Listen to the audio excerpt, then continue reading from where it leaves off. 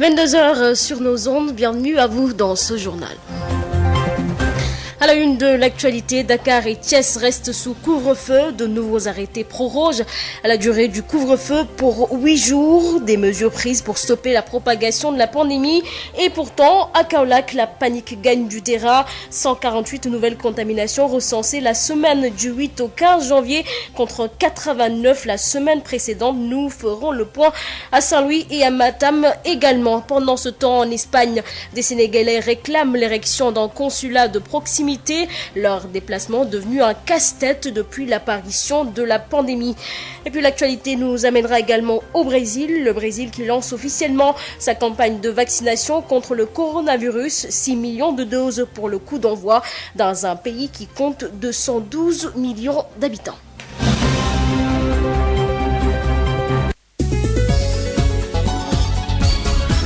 Aïssatou Gueiba. À la présentation, merci de nous choisir pour vous informer.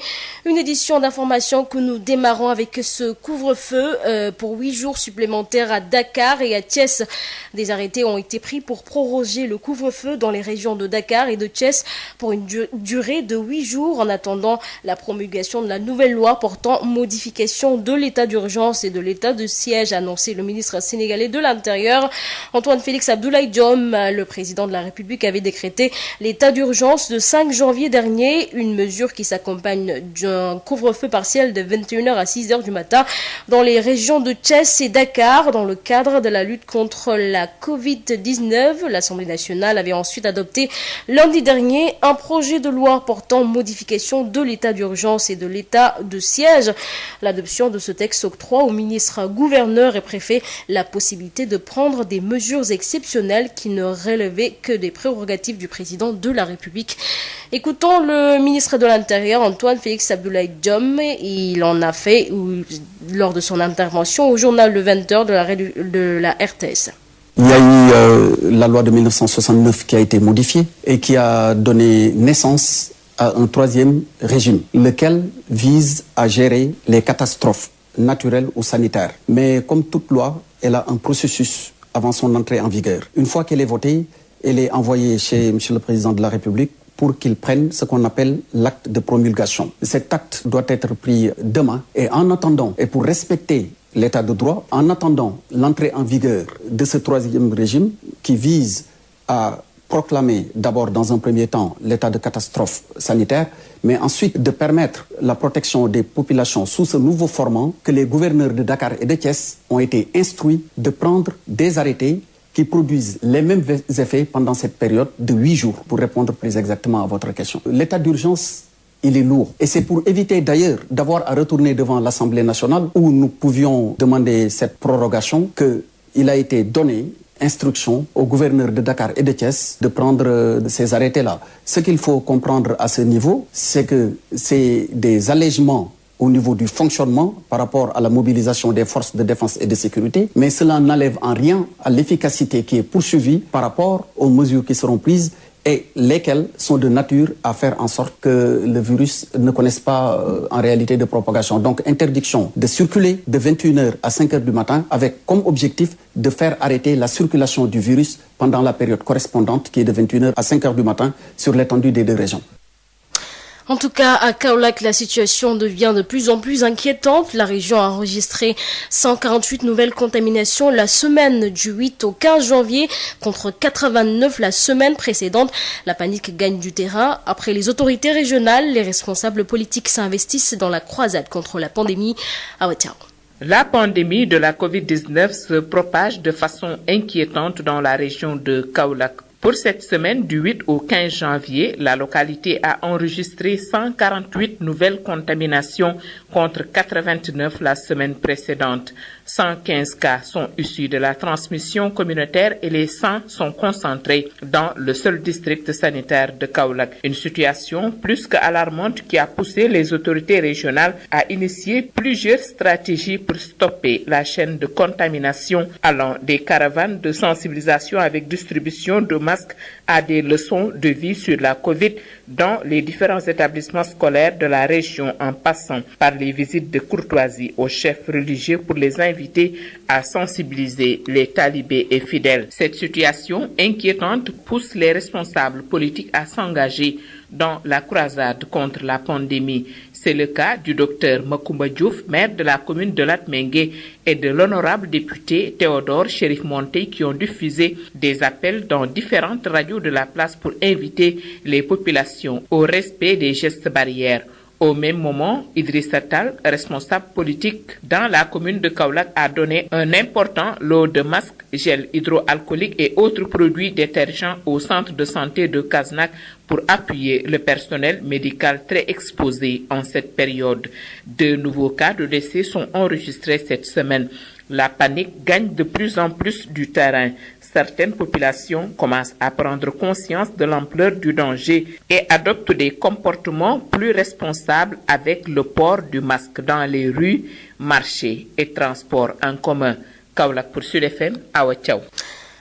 Même situation à Matam. La psychose du coronavirus s'est installée dans la région avec 7 nouveaux décès révélés ce lundi par la région médicale. Un pic du taux de létalité qui s'explique par l'absence de médecins réanimateurs dans le CTE de Ourossogui. L'État vient d'affecter en urgence ce lundi un réanimateur, Abdelrahman Diène. La propagation du coronavirus dans la région de Matam commence véritablement à inquiéter et l'impression qui se dégage est que la situation est hors de contrôle si l'on se fie aux vérités des chiffres. Ce lundi, la région médicale a révélé 7 nouveaux décès, un C jamais atteint depuis le début de la pandémie dans la circonscription le 1er juin dernier. Ce pic du taux de létalité montre nettement que la Covid-19 a pris ses aises dans cette partie du Sénégal et les décès notés quasiment au quotidien soulèvent avec les conditions de travail du personnel soignant dans les CTE marqués par un déficit criard de ressources humaines qualifiées. Il n'y avait pas de médecin réanimateur dans le CTE de l'hôpital de Ourossogui qui traitait les cas graves dans toute la région. Cependant, avec l'arrivée du réanimateur ce lundi, les populations espèrent que les cas de décès seront moins nombreux. Pour l'heure, la région compte 263 cas, dont 39 sont sous traitement à domicile et un cas grave dans le CTE. Matam, Abdelrahman Diène pour Sud FM. Abdelrahman Diène, pendant ce temps à Saint-Louis, les mesures barrières sont foulées aux pieds par des citoyens qui ne croient toujours pas en l'existence de la Covid-19. Pas de respect du port de masque, les bus toujours bondés de monde, entre autres. Pourtant, la région a enregistré plus de 60 décès et plusieurs centaines de cas positifs. N'est-ce pas, Yves Tandeng? Malgré le nombreux cas de Covid-19 et la soixantaine de décès enregistrés jusqu'ici dans la région depuis le début de la pandémie, le respect des mesures barrières pose toujours problème ici à Saint-Louis. Dans les transports en commun, au niveau des marchés et même dans les grandes places, ils y sont nombreux partout à ne pas porter de masque pour se protéger contre le coronavirus. Chose que déplore Souleymane Jules Gueye, conseiller départemental à Saint-Louis. À Saint-Louis, la situation devient de plus en plus critique. Il faudrait que des dispositions soient prises par les autorités. Parce que dans les bus de transport, le port de masque est respecté. Au niveau des marchés, c'est la même chose. Dans les rues, quand vous circulez au niveau de l'avenue Général de Gaulle, les gens ne portent pas de masque. Un relâchement qui inquiète beaucoup ce natif de la langue de Barbarie, en l'occurrence Babacar Gaye, qui exhorte encore une fois les populations au respect des mesures barrières. Mais un appel permanent à l'endroit de la population pour dire que la maladie, la pandémie est bel et bien dans nos murs, nous côtoie, nous accompagne, elle est avec nous en permanence. Mais comme je l'ai dit dans une vidéo précédente, c'est une pathologie qui n'aime pas la propreté et les gestes barrières. Donc engouffrons-nous dans cela, respectons les gestes barrières, lavons-nous les mains à l'entrée et à la sortie, sensibilisons les enfants, mais surtout protégeons les personnes âgées qui sont des personnes très vulnérables. Et pour ce faire, il faut que tout le monde mette la main à la pâte, comme on dit, en respectant, en sensibilisant. Ce qui, selon lui, permettrait aux populations de freiner une bonne fois pour toutes la propagation de la Covid-19 ici, dans la région nord. Saint-Louis, Yves Tendeng, Sud FM. Yves Tandeng, cri du cœur des Sénégalais établis en Espagne, des Sénégalais recensés auprès de municipalités de la Catalogne, dont Girona, Tarragona et Lérida, appellent de leur vœu l'érection d'un consulat de proximité pour faciliter le renouvellement de leurs documents administratifs. Les déplacements à Madrid étant devenus très difficiles depuis l'apparition de la pandémie. Il y a certes un consul honoraire à Barcelone, mais ce qui ne délivre ni passeport ni carte nationale d'identité. Ils délivrent juste des autorisations parentales, a dit Chérif Baldé, leur porte-parole. Selon lui, 22 410 Sénégalais sont régulièrement enregistrés auprès des mairies de Barcelone, Girona, Tarragona et Lérida, sans compter nombre de leurs compatriotes non déclarés officiellement et qui, dans leur situation, ne peuvent naturellement pas bénéficier de certains avantages, dont l'assistance médicale, nous dit l'APS. Toujours dans la lutte contre la Covid-19, l'interdiction de la vente du pain dans les boutiques instaurées à Thiès. La mesure inquiète les boutiquiers détaillants qui dénoncent l'inappropriation de la mesure ou de la mise en œuvre de ce nouveau décret faute de mesures d'accompagnement.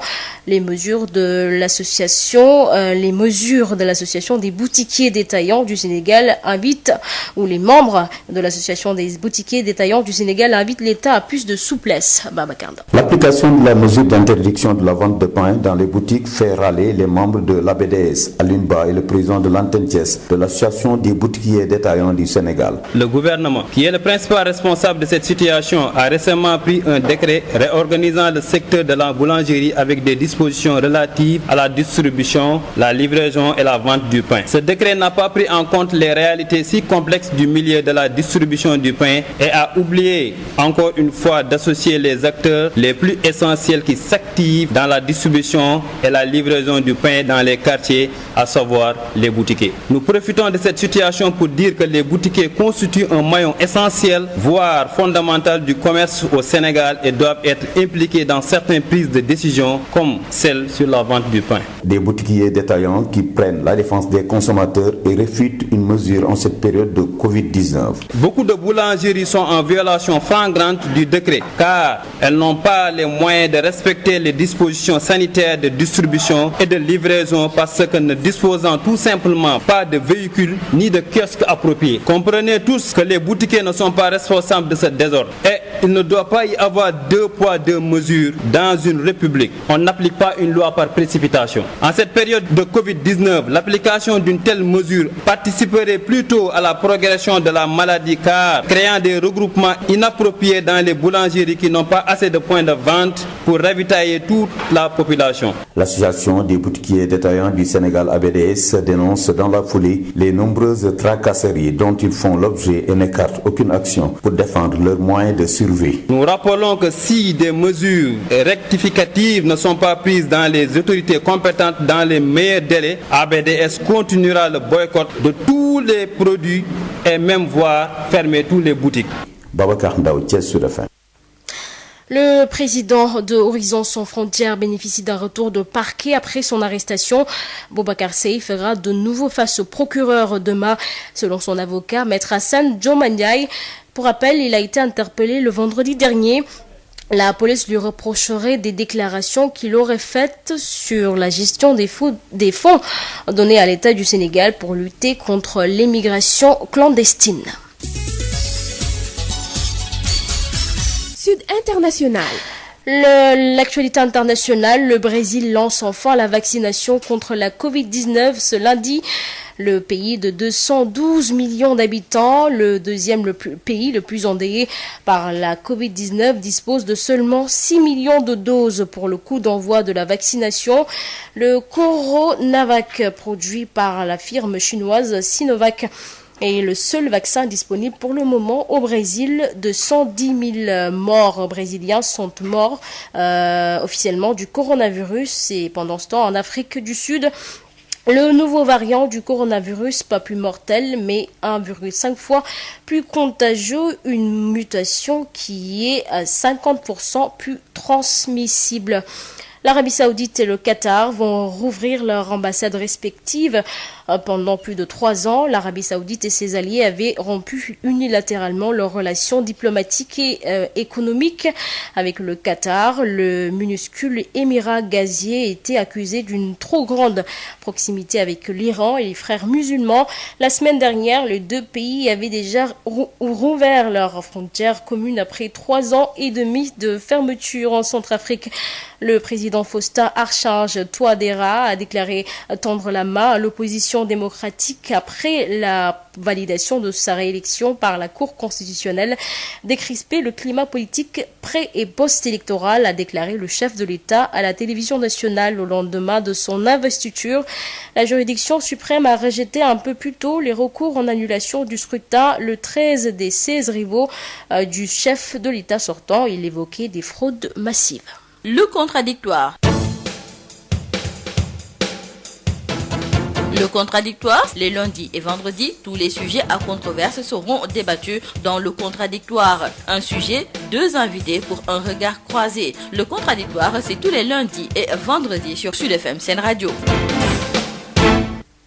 Le contradictoire, projection ou protection et retrait des enfants de la rue dans un contexte de Covid-19. La rédaction fait le bilan des actions menées par les autorités entre manque de suivi et défaut de coordination. Le sociologue Mamadou Wan dresse un bilan mitigé.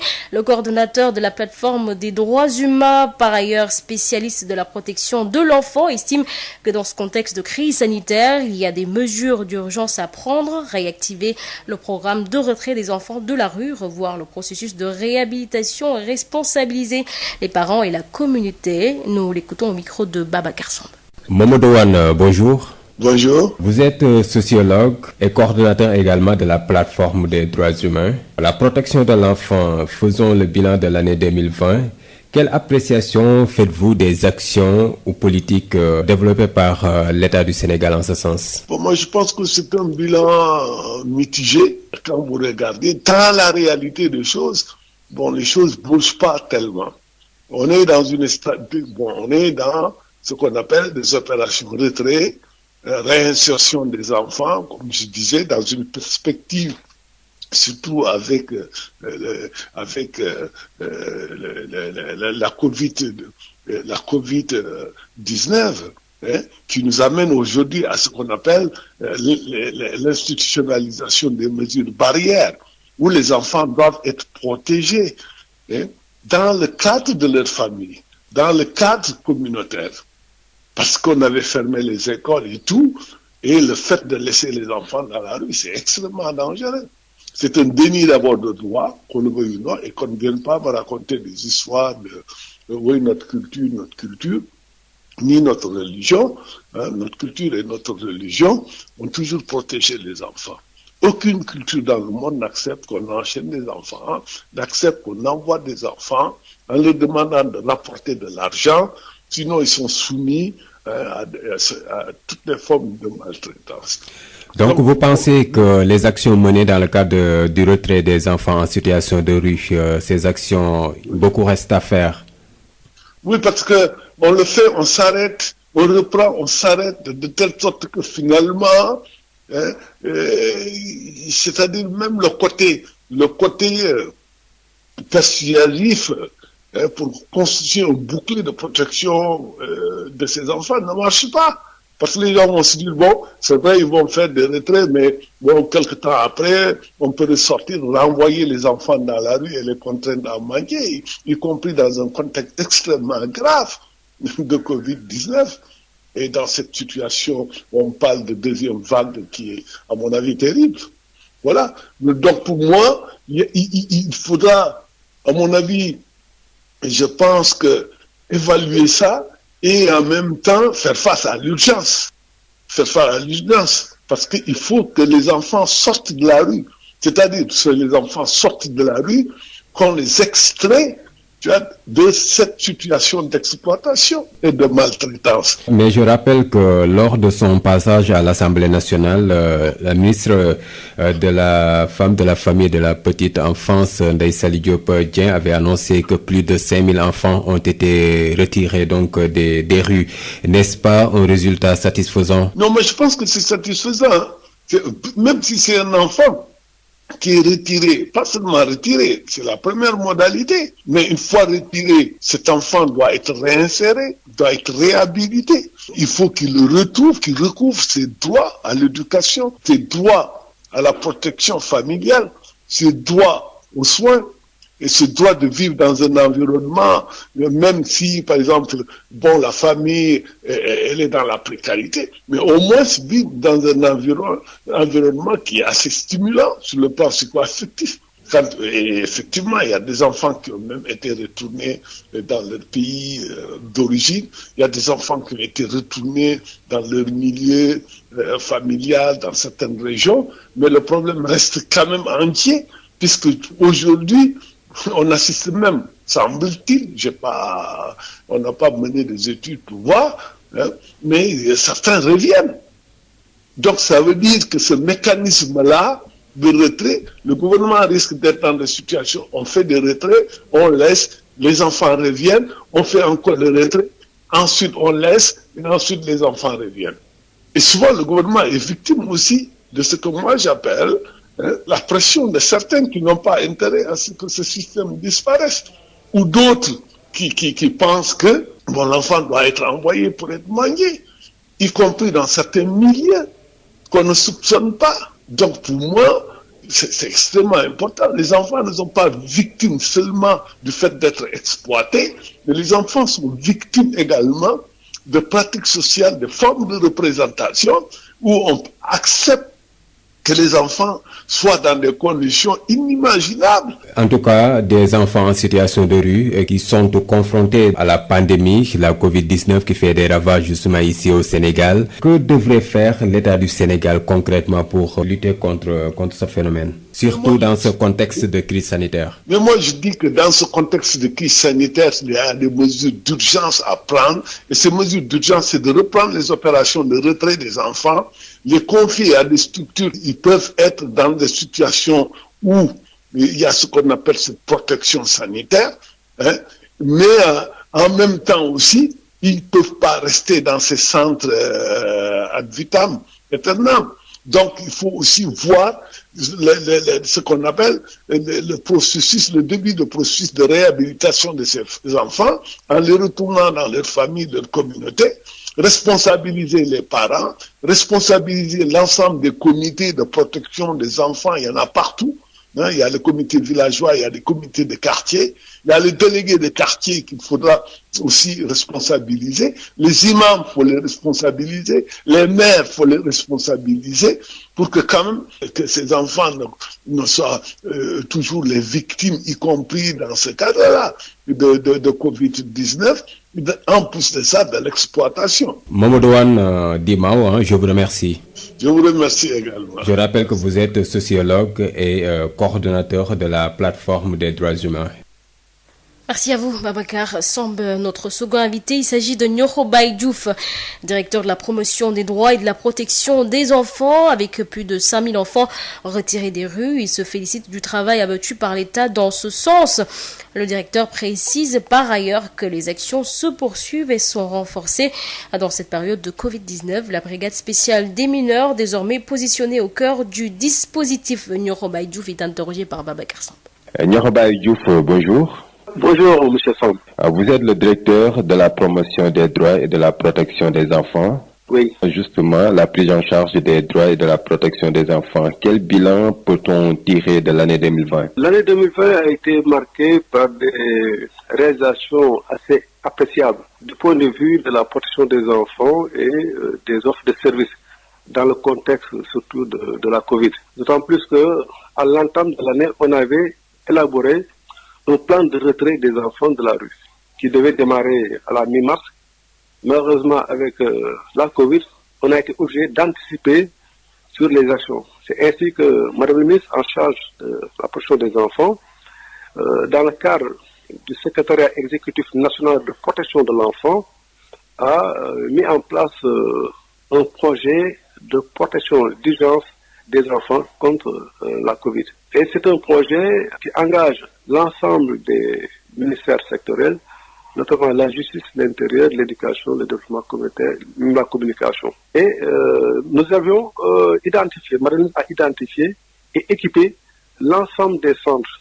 De fait qu'on avait positionné 2971 lits qui devaient accueillir les enfants. Donc c'est un cadre qui travaille autour d'une cellule nationale de coordination, de veille et de suivi de ce projet-là de protection d'urgence, 0 enfant dans la rue. C'est comme ça qu'a été intitulé le projet. Et à la fin de l'opération du premier cycle, nous avons retiré 5130 enfants de la rue, dont les 3500 ont été retournés au sein de leur famille. Ne serait-ce que pour l'année 2020. 2020, donc entre mars et pratiquement novembre. Donc il y a eu également 365 enfants non sénégalais qui provenaient de la sous-région. À ce jour, nous avons fait retourner 118 enfants en Guinée-Bissau, en Gambie, et nous allons retourner d'ici une semaine. Nous sommes dans le processus avec l'ambassadeur de la République de Guinée, un nombre de 51 enfants qui doivent retourner dans leur pays d'origine, en famille. Et nous avons également, dans le cadre de l'offre de service, c'est accompagner chaque enfant d'un kit de voyage pour lui permettre d'arriver dans les meilleures conditions. Dans ce sillage-là et dans le cadre du suivi, nous avons aussi élaboré un programme de réinsertion socio-économique des enfants. C'est dans le cadre du renforcement de ce projet de protection d'urgence que Monsieur le Président de la République, à l'occasion du Conseil des ministres, le 29 mars, avait demandé de mettre en place un dispositif spécial de protection sociale des enfants en situation difficile. Et aujourd'hui, c'est un dispositif qui permet de retirer systématiquement tous les enfants en situation de rue, d'identifier l'ensemble des enfants non sénégalais qui sont en situation de mobilité, mais également de procéder au délogement de structures qui abritaient des enfants dans des conditions qui n'étaient pas appropriées par rapport à leur sécurité et à l'hygiène. Et au moment où nous avions réussi à retirer 5330 enfants, il s'est agi de recentrer l'activité, n'est-ce pas, en nous limitant dans la périphérie de la région de Dakar, qui était l'épicentre du phénomène, compte tenu des moyens immenses que ce projet engageait. Et cela nous a amené, dans le cours d'un processus de dialogue, de concertation avec le gouverneur de la région de Dakar et l'ensemble des préfets des départements de la région de Dakar, d'élaborer un plan d'action régional qui vise le retour de 6400 enfants entre janvier et mars.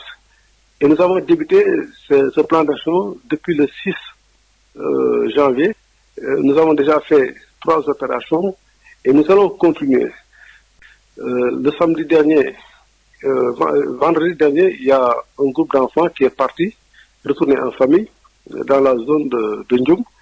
Et dès mardi également, un autre groupe d'enfants quittera Dakar pour aller vers Kaffrine, Kaolack et Tambacounda.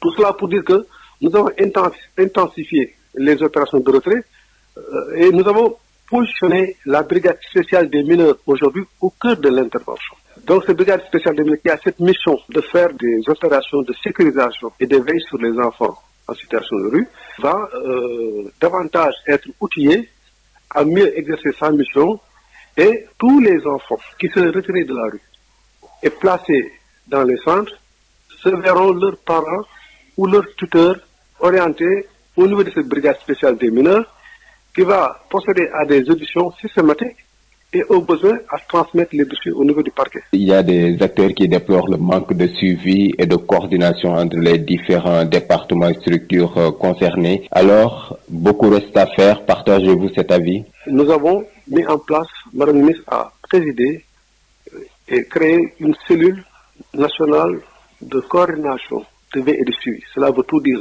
Et cette cellule de coordination de veille et de suivi a, avec l'entremise de ses différents membres, élaboré même des outils, de collecte de données, de capitalisation de toutes les interventions. Donc le niveau d'intervention, c'est à un niveau stratégique au niveau de l'État, et pour la première fois, tous les retours, toutes les correspondances ont été adressées aux gouverneurs directement. Les gouverneurs qui ont coordonné directement avec leurs préfets et les préfets dans le cadre des comités départementaux de protection de l'enfant ont exécuté de manière harmonieuse et ont fait remonter toutes les informations. Donc ce niveau de coordination aujourd'hui est effectif. Si vous le souhaitez, tous les documents qui attestent du suivi et de l'appréciation des actions au niveau national sont aujourd'hui à notre disposition. Très clair. Niakhobay Diouf, je vous remercie. C'est moi qui vous remercie, M. Samb. Je rappelle que vous êtes le directeur de la promotion des droits et de la protection des enfants. Voilà, à 22h30, venons-en à la rubrique Info Santé avec Josette Kali. Biotox anti-moustique pour le corps, les vêtements, les rideaux et draps vous protège contre les moustiques chez l'adulte et l'enfant. Val d'Afrique vous offre votre journal de la santé. Bonjour. Le comité d'urgence de l'Organisation mondiale de la santé a tenu une réunion afin d'examiner les nouveaux variants du SARS-CoV-2, le virus à l'origine de la COVID-19, et de réfléchir à l'utilisation éventuelle de certificats de vaccination et de tests pour les voyageurs internationaux. Concernant les variants, le comité a appelé à une intensification du séquençage génomique et du partage des données au niveau mondial, ainsi qu'à un renforcement de la collaboration scientifique sur les inconnus critiques qui subsistent concernant le virus. Le comité a demandé instamment à l'OMS de mettre au point un système normalisé pour la dénomination des nouveaux variants qui évite les marqueurs géographiques, un domaine sur lequel l'OMS a déjà commencé à travailler. Pour rappel, il s'agit là de la 6e réunion du comité d'urgence sur la COVID-19 depuis le 30 janvier 2020, date à laquelle la COVID-19 a été déclarée urgence de santé publique de portée internationale. Le directeur général convoque le comité tous les 3 mois pour faire le point sur la situation. Le nombre de pays et de territoires où se trouve dorénavant le variant repéré initialement en Grande-Bretagne s'élève à 50 et il est de 20 pour le variant identifié en Afrique du Sud, mais l'Organisation mondiale de la santé juge cette évolution fort probablement sous-estimée. Ces variants ne peuvent être identifiés que par le séquençage de leur code génétique, une analyse qui n'est pas possible partout. Une 3e mutation originaire de l'Amazonie brésilienne et dont le Japon a annoncé dimanche la découverte est actuellement analysée et pourrait affecter la réponse immunitaire selon l'OMS qui évoque dans son bulletin hebdomadaire un variant inquiétant. Merci de nous avoir suivis. Rendez-vous demain pour un nouveau numéro de Info Santé. Biotox anti-moustique pour le corps, les vêtements, les rideaux et draps vous protège contre les moustiques chez l'adulte et l'enfant. Val d'Afrique vous a offert votre journal de la santé.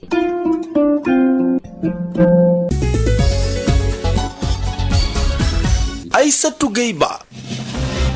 Dakar et Thiès restent sous couvre-feu. De nouveaux arrêtés prorogent la durée du couvre-feu pour 8 jours. Des mesures prises pour stopper la propagation de la pandémie. Et pourtant, à Kaolack, la panique gagne du terrain. 148 nouvelles contaminations recensées la semaine du 8 au 15 janvier contre 89 la semaine précédente. Nous avons fait le point à Dakar, ou plutôt à Saint-Louis et Madame sur la situation épidémiologique actuelle. Pendant ce temps, en Espagne, des Sénégalais réclament l'érection d'un consulat de proximité. Leur déplacement est devenu un casse-tête depuis l'apparition de la pandémie. L'actualité nous a également amené au Brésil. Le Brésil qui lance officiellement sa campagne de vaccination contre le coronavirus. 6 millions de doses pour le coup d'envoi dans un pays qui compte 212 millions d'habitants. Voilà, c'est la fin de ce journal. Merci de l'avoir suivi. Merci également à Hassan Choun qui en a assuré la mise en onde. À 0h, retrouvez Adam John pour le prochain bulletin d'information en français et en wolof, bien entendu. Ne bougez surtout pas, restez sur nos ondes. Dans un instant, votre rubrique Sud Nutrition avec le docteur Bintou Chersek et Marie-Rosaline Ndiaye.